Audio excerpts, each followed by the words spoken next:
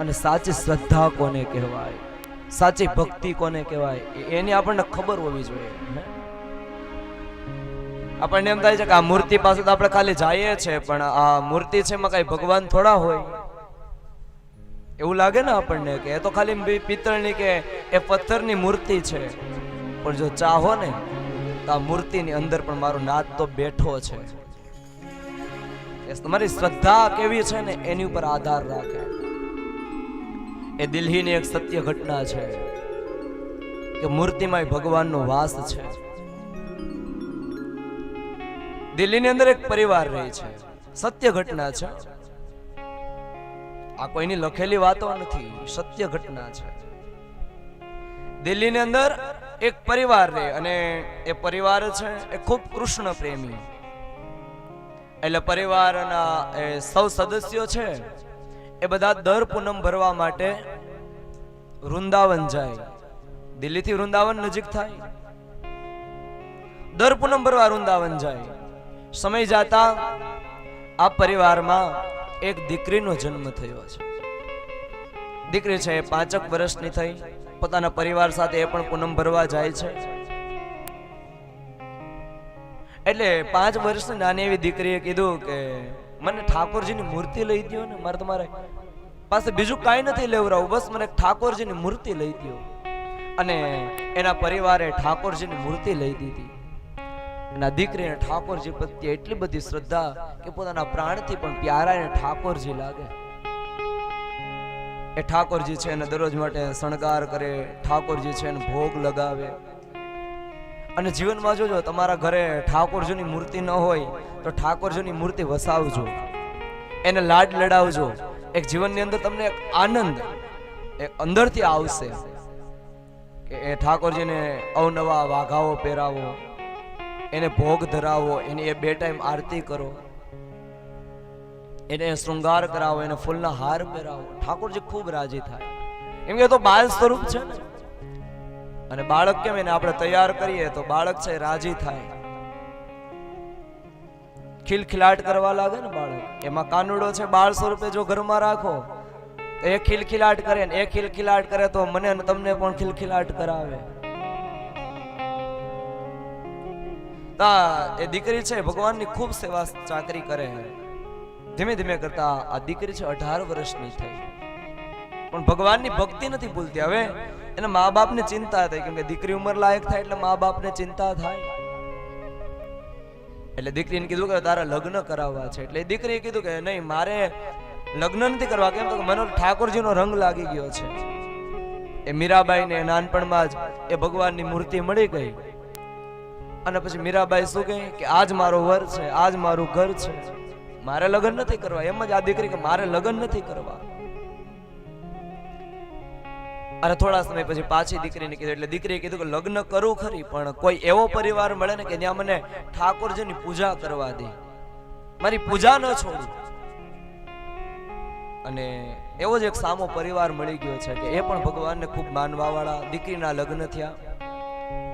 લગ્ન થયા પછી પણ દીકરી છે દરરોજ માટે ઠાકોરજીની પૂજા કરે. સમય જાતા જે દીકરીના લગ્ન થયા છે એના ઘરે દીકરા ને એની ઘરે દીકરા. જે દીકરી છે વૃદ્ધ થઈ ગઈ છે. ચોમાસાનો સમય છે. એ દિલ્હીની અંદર ધોધમાર એ વરસાદ ચાલુ છે. અને એની વચ્ચે આ ડોહીમાં છે જે દીકરી હતી એ વૃદ્ધ થઈ ગયા. એ ઠાકોરજીની પૂજા કરવા માટે તૈયાર થયા અને બરોબર ઠાકોરજીની મૂર્તિને લેતા હતા અને ઠાકોરજીની મૂર્તિ છે એ ડોહીમાના હાથમાંથી નીચે પડી ગઈ.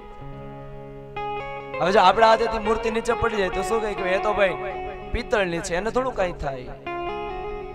પણ આ ડોહીમાની મૂર્તિ એ ઠાકોરજીની નીચે પડી એટલે ડોહીમાના હૃદયમાં દુઃખ થયું. તરત ઠાકોરજીની મૂર્તિને ઉપાડી એ પૂજા સ્થાનમાં બેઠાડી અને ડોહીમાં જુએ છે તો આજે પોતાના ઠાકોરજીનો ચહેરો થોડો ઉદાસ લાગે છે. એટલે ડોહીમાને ચિંતા થઈ કે મારા ઠાકોરજીને ક્યાંક લાગ્યું, એ પડી ગયા. એટલે દીકરાની વહુને કીધું કે મારા દીકરાને ફોન કરો, મારા ઠાકોરજી પડી ગયા છે, એને લાગી ગઈ છે, ડોક્ટરને લઈ આવ્યા.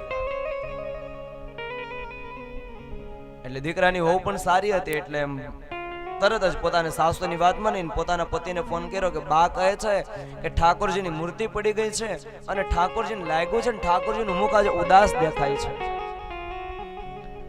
દીકરો એ સારો હતો કે તમે કોઈ ડોક્ટરને લઈ આવો. હવે ચોમાસાનો સમય છે, કોઈ ડોક્ટર મળતા નથી.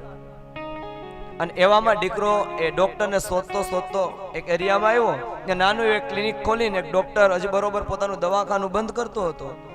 એટલે દીકરાએ આવીને કીધું, સાહેબ મારી માં છે એની ઉંમર થઈ ગઈ, નાના હતા ત્યારથી ઠાકોરજીની પૂજા કરે છે અને આજ એનાથી ઠાકોરજીની મૂર્તિ નીચે પડી ગઈ અને એમ કહે છે કે મારા ઠાકોરજીને લાગ્યું, એનો ચહેરો ઉદાસ દેખાય છે.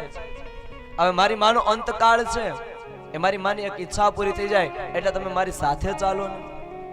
તમારી જે ફીસ થશે હું આપી દઈશ, તમારા જે કઈ પૈસા થશે હું આપી દઈશ, ખાલી તમે મારી સાથે ચાલો. અને ડોક્ટર એ સારો હતો કે ભાઈ તારી માં છે એના હૃદયમાં શાંતિ થતી તો ચાલ ને હું તારી સાથે ચાલું. ડોક્ટર આવ્યા, બાને પૂછ્યું કે બા શું થયું? તો કે મારા લાલાની મૂર્તિ આજે નીચે પડી ગઈ ને મારા લાલાને લાગ્યું છે અને મારા એ લાલાનો ચહેરો આજે ઉદાસ દેખાય છે. તો કે લાવો તો મારા લાલાની મૂર્તિ ક્યાં છે? ઠાકોરજીની મૂર્તિ ડોક્ટરની સામે રાખવામાં આવી. ડોક્ટરને એમ થયું કે બાને સારું લાગે એટલે ખાલી બાની સામે ઠાકોરજીની મૂર્તિને તપાસી લઉં. અને ડોક્ટરે પેલા કાનમાં નાખવાનું મશીન આવે, એ કાનમાં નાખવાનું મશીન નાખ્યું અને આપણા હૃદય જેમ ડોક્ટર એ મશીન લગાડે એમ જ એ મશીન ઠાકોરજીની મૂર્તિમાં લગાડ્યું અને ડોક્ટરના કાનમાં ધબકારા સંભળાણા. ડોક્ટરના કાનમાં એ ધબકારા સંભળાવે એટલે ડોક્ટર થોડી વાર તો વિચારમાં પડી ગયો. બીજી વાર એ મશીન લડાવ્યું, બીજી વાર એ કાનમાં ધબકારા ડોક્ટરને સંભળાય અને ડોક્ટર ત્યાં મશીનને દવાની ટકડીને બધું મૂકી અને પોતે પૂનમ ભરતો થઈ ગયો. આ સાચી શ્રદ્ધા હોય તો એ મૂર્તિમાં પણ પ્રાણ છે સાહેબ. બસ આ હૃદયનો ભાવ હોવો જોઈએ કે નહીં, આ મૂર્તિ નથી, આ તો મારા ઠાકોરજી છે, આ તો મારા કૃષ્ણ છે, આ તો મારા રામ છે.